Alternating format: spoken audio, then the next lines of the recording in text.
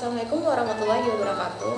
Halo, nama saya Trina Handayani. Saya mahasiswi PPG gelombang 2 tahun 2024. Saya akan memberikan mengenai informasi teknologi dalam pengajaran dan pembelajaran. Nah, saya akan membawakan topik yang keempat, yaitu pembelajaran jarak jauh atau bisa disebut dengan PJJ.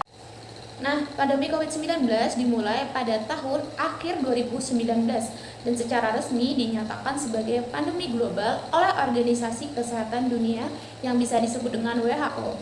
Dampak pandemi ini sangat luas termasuk dalam sektor pendidikan. Contohnya kemarin itu yang kita tahu penutupan sekolah dan peralihan ke pembelajaran jarak jauh atau bisa disebut dengan PJJ. Kenapa? Karena untuk mengurangi penyebaran virus, banyak sekolah di seluruh Indonesia, bahkan tidak di seluruh Indonesia saja ya, di seluruh dunia yang terpaksa ditutup dan mengalihkan pembelajaran ke platform online atau digital. Nah, sebelum kita mempelajari hal lebih jauh lagi, mari kita membahas dulu apa yang disebut dengan pembelajaran jarak jauh atau bisa disebut dengan PJJ.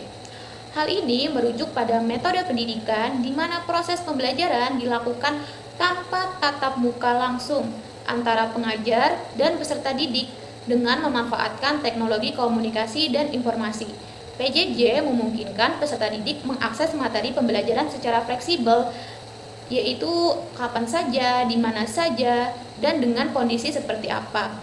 Metode ini sangat berguna terutama dalam kondisi tertentu seperti COVID-19 pada tahun 2019 kemarin. Media yang dapat digunakan dalam pembelajaran jarak jauh atau PJJ itu ada banyak sekali ya. Contohnya ada Google Classroom, kemudian Google Site, Blogspot, kemudian WordPress, dan sebagainya, masih banyak lagi.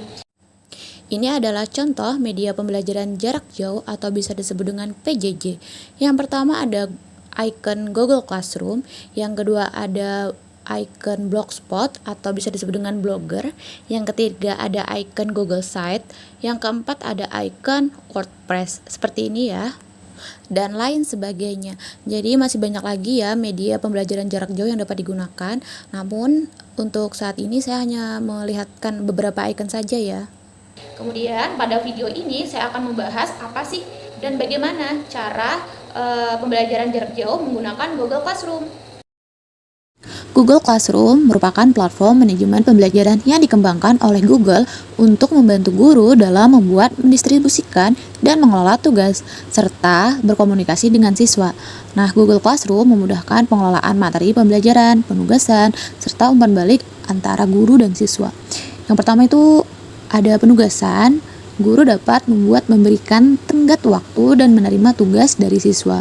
Yang kedua, materi pembelajaran. Guru dapat mengunggah dokumen, video, atau link yang berkaitan dengan materi pelajaran. Misalnya, guru ingin peserta didik melihat video pembelajaran, kemudian dapat diunggah melalui link tersebut. Yang ketiga, komunikasi. Guru dan siswa bisa berkomunikasi melalui posting dan komentar. Kemudian yang keempat, penilaian dan umpan balik. Guru dapat memberi penilaian dan umpan balik langsung pada tugas siswa. Nah, mari kita membuat Google Classroom. Pertama-tama kita masuk dulu ke Firefox, kemudian kita ketik Classroom. Nah, kemudian kita memilih akun email yang mana kita gunakan.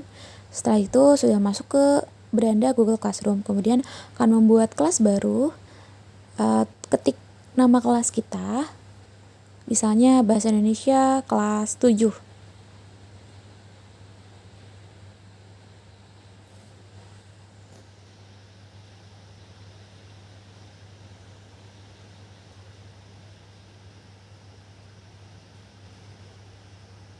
Nah, sudah seperti ini tampilannya. Kemudian di sini bisa nge-share link video, upload file, kemudian Google Drive, link, tambahkan link. Nah, untuk lebih jelasnya lagi, mari kita masuk menggunakan barcode yang sudah saya sediakan. Kemudian kita masuk ke kelas Bahasa Indonesia yang sudah saya buat di dalam Google Classroom. Nah, seperti inilah tampilan kelas di dalam Google Classroom. Kemudian saya di situ menambahkan kata sambutan selamat datang untuk kelas 8F. Kemudian saya juga memberikan materi tentang mengidentifikasi fakta dan opini. Saya menambahkan YouTube dan link, yaitu link e-book ya. Kemudian peserta didik dapat mengomentarinya. Kemudian saya memberikan tugas mengenai diskusi video menara pandang Banjarmasin. Kemudian peserta didik dapat memberikan jawabannya langsung di dalam kolom komentar. Selanjutnya ada tugas yang terakhir, yaitu tugas individu. Tugas individu di sini saya menggunakan Google Form ya. Contoh soalnya seperti ini.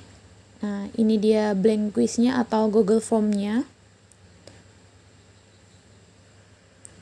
Kemudian bisa kita langsung memberikan poin. Jadi satu soal itu saya memberikan 10 poin, saya memberikan 10 soal. Kalau benar semua totalnya ada 100.